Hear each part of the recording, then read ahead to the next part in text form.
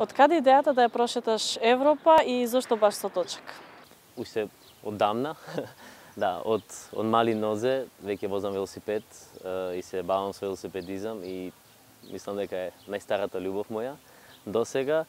И уште од тинејџерски денови имавме така низ разговори со другарите, планови разработувавме за некои патувања низ Европа, неколку дневни, не многу подолги.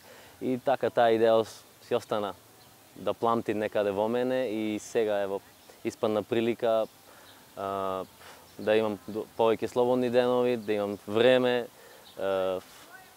ресурси и да можам да го исполнам мојата идеја и желба од детството. Колку земји успеа да посетиш? Па, поминав низ 12 земји, не сите европски држави, ама побавиот дел претпоставувам.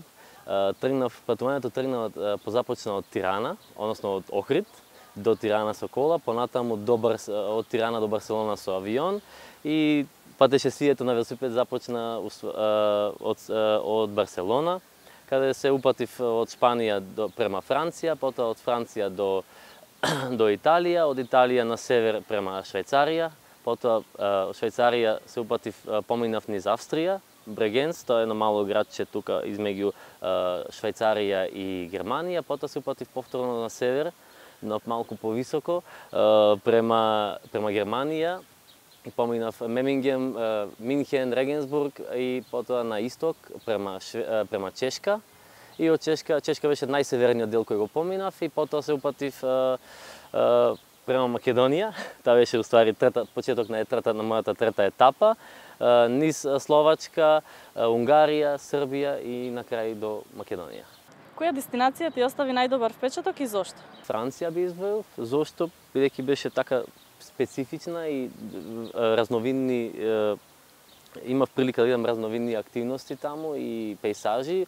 Не знам, јужниот дел на Франција, од кога влегов во Пепињан во Франција до Марсеј, беше цел постелен со лозници, значи тука таму е најголемиот дел производството на виното и тоа беше многу интересно. Мислам, од друга страна се осеќав како 3 дена да возам низ тиквешијата кај нас, низ Кавадарци.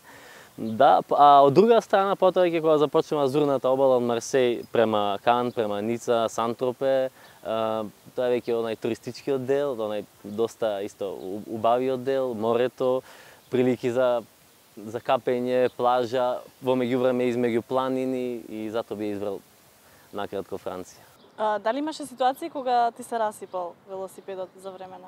Да, имав неколку ситуации.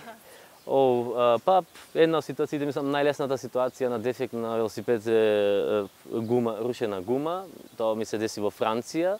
Мислам дека петти ден некаде од започнувањето на патувањето.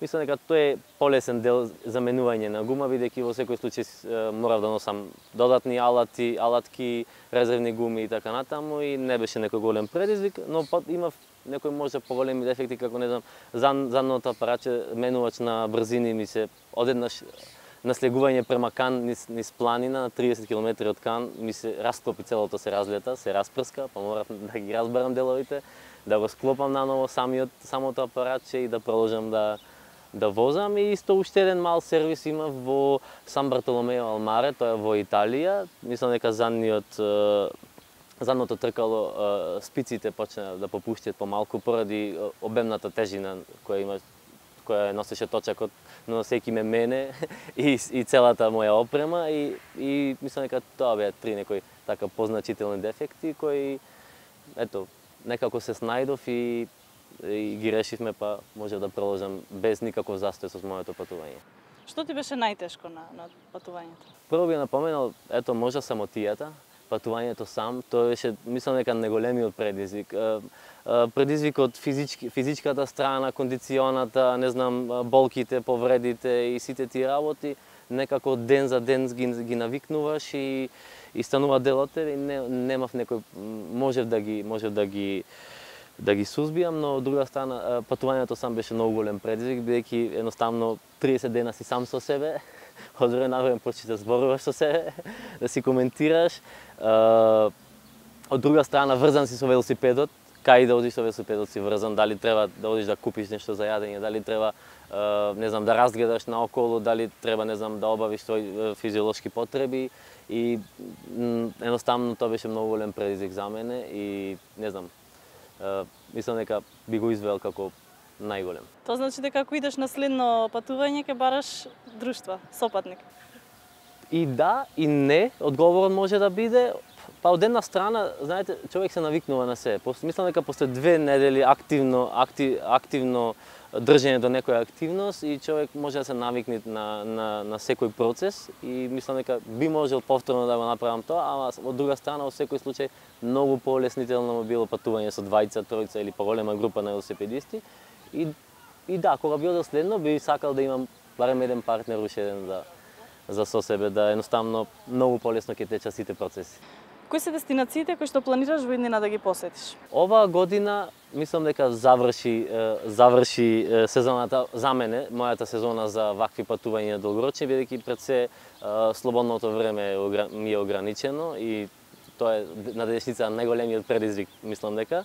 А за следна година или последна, ето, низ разговор со моите пријатели, ето, настана тема, може би тура од другата страна, од исток према Македонија. Тоа беше настана, уствари, се зборувавме за велосипедска тура од Москва до Македонија и доста интересно звучи, но поради моменталната ситуација мислам дека сега и не е паметно таков потек, а додека кога би се разрешиле нели моменталните ситуации во светот, мислам дека би било доста интересна тура која едноставно би прикажала некоја сосема поинаква слика на Европа од ова западноевропска која моментално ја поминав. Колку другите нели луѓе надвор од нашава држава се запознаени со нашата земја?